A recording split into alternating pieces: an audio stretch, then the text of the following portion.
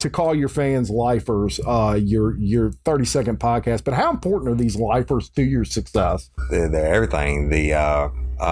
Like that private crew page, a forensic psychologist from Alaska, right after I dropped Double Clutch, she said, you need to start, messaged me out of the blue, said, you need to start your own private group so you won't get censored on Facebook. And I'm like, I don't know how to do that. She actually started it for me. She was my original Dream Team moderator. That's why I call my moderators the Dream Team. Yep. And they did it. I mean, and lifers, it's a play on words naturally, right? But, lifers, people I put away for life. I mean, that's why I was thinking in my head, but lifers you down. Yeah. We'll ride for life, whatever. You can look at it a bunch of different ways. But when the Advocate did that article on this, and they labeled my fans a cult, that went nationwide. The AP picked it up, and so podcast has a cult following, right? And then they were joking, and now we're a cult. I was like,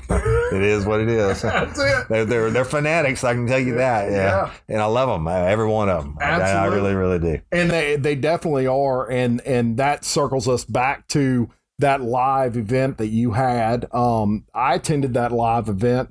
I went to my wife first. I said, you got to listen to this guy's podcast, man. It's good. And the cool thing is, he worked for the Livingston Parish Sheriff's Office. We know these cases.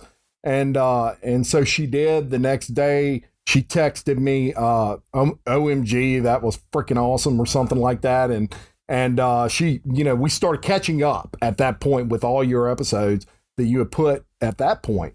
And found out you were having a live. And I said, I'm going to go to this. I want to check this out, see what this guy's all about. So we went.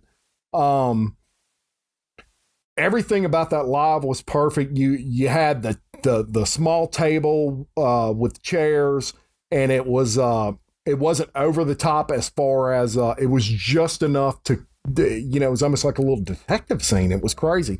Had the big real life, real crime banner in the background. We got a great picture in front of that, and I took one by itself that I'm going to kind of splice into this episode. But I stayed for the whole thing. It was so packed at the end that people were shoulder to shoulder. No COVID at that time, thankfully. People were shoulder to shoulder. Both stories of this place. And what happens? Toby Tomplay comes out. They start playing the theme. And here comes Woody Overton, and he says, you have the right to remain silent. And when I tell you the roof blew off that building, it blew off, and you're exactly right. Everybody started saying the Miranda rights. Dude, these people are here listening to you do a podcast.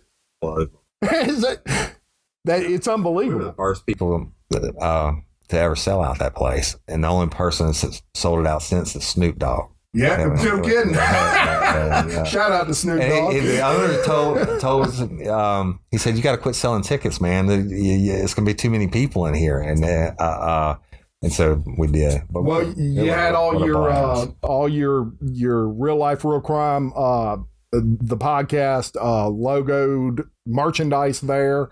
It was set up really nice. You had a lot of help. I know Lori was there helping.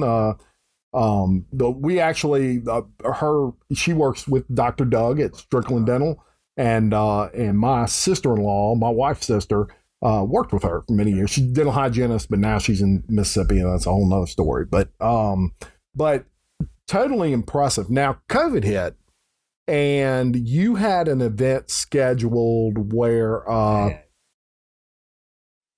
if you want to show tour scheduled, we had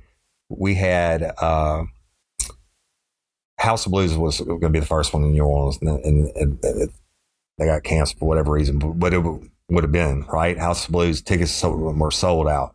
Then Alexandria, Louisiana, then coming back the next day to Killian at 10 Lizzie's on the river. Yeah. Then we had Dallas, Texas, Houston, back to Baton Rouge for the Texas Club with Chase Tyler, which got canceled, and then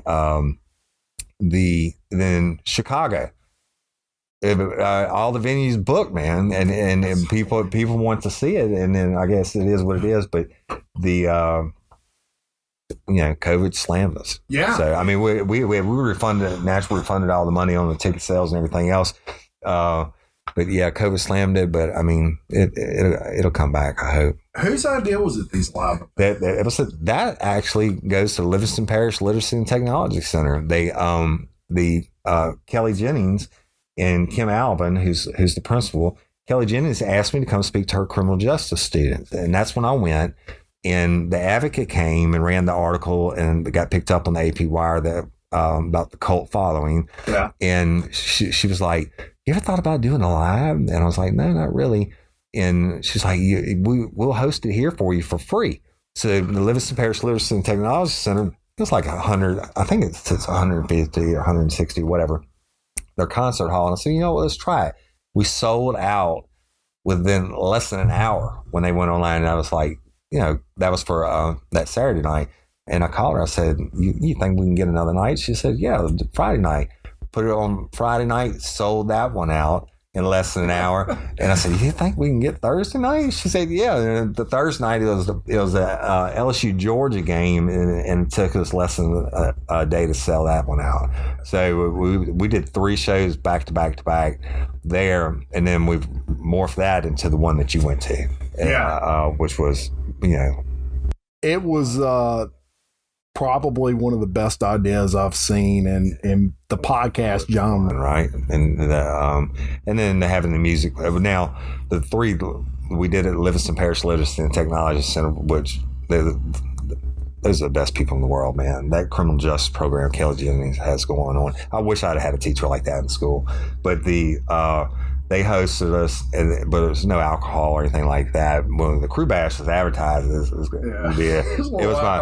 everything. Like, that was going to be an adult story. I couldn't tell an adult. I mean, I told a murder story at the to the crowds, and Walker is where those 3 lives were, and but the one in Baton Rouge, I mean, that was a party. It was going to be an adult. Look, and it was perfect setting for that, and everybody had a good time. There, the great thing about it is there was no fights, there was no craziness. It was everybody having fun. Y'all took tons of time to visit with fans after pictures. I never got to hear or see Toby and them play. I mean, I was upstairs 4 hours doing pictures and autographs, the line down the. You saw the line all the way down the stairs for people. I can't believe people did it. It still blows my mind. Like when we did lives in Walker, we had people coming in from Florida, Tennessee, Michigan. I'm not talking about people that came, lifers, that because we advertised it, that came in from all over the country to hear me speak. Sure. And it's crazy. I'm just blessed. I love them all. Very, very blessed. And it's funny you talk about that line. I was at the bar. My wife says, I'm going to go take a picture with them. And I said, okay, I'm going to chill out right here and go ahead and do that. And by the time she got back, I think I was inebriated. Yeah, I know, right? It was like 2 hours later, I'm like, God dang. At one point, when I was up there taking pictures, one of the people out helping out tried, I wanted another beer, and they brought me a water in my thing, like, with a little bit of beer mixed in. I said, what the hell? I mean, I'm not that drunk. We're cutting you off. But it was the same way at the live shows in Walker. I stayed and signed and took a picture with every single person who was there. You know why? Because I felt honored, man. These people would come to see me and do it. And then the person, of course, in future live shows, it's a learning experience. The person I was taking the picture was trying to rush people through. I'm like, hey, every single person I stop and say, where are you from? What's your name? Because a lot of the names I'll see, remember from the crew page, stuff like that. And then they might have drove in from New York or flew in from New York to see it. And I'm like, I'm going to take a minute and talk to them. And the girl comes up and says, trying to pull the fan away. I'm like, oh, no, stop. I want to talk to them. Right. And that's awesome. But really do love them. It wouldn't be a show without them. I still don't get it. I really don't get it. You lived it. The whole thing. The whole success of the deal. It's surreal. It's a credit to what you do.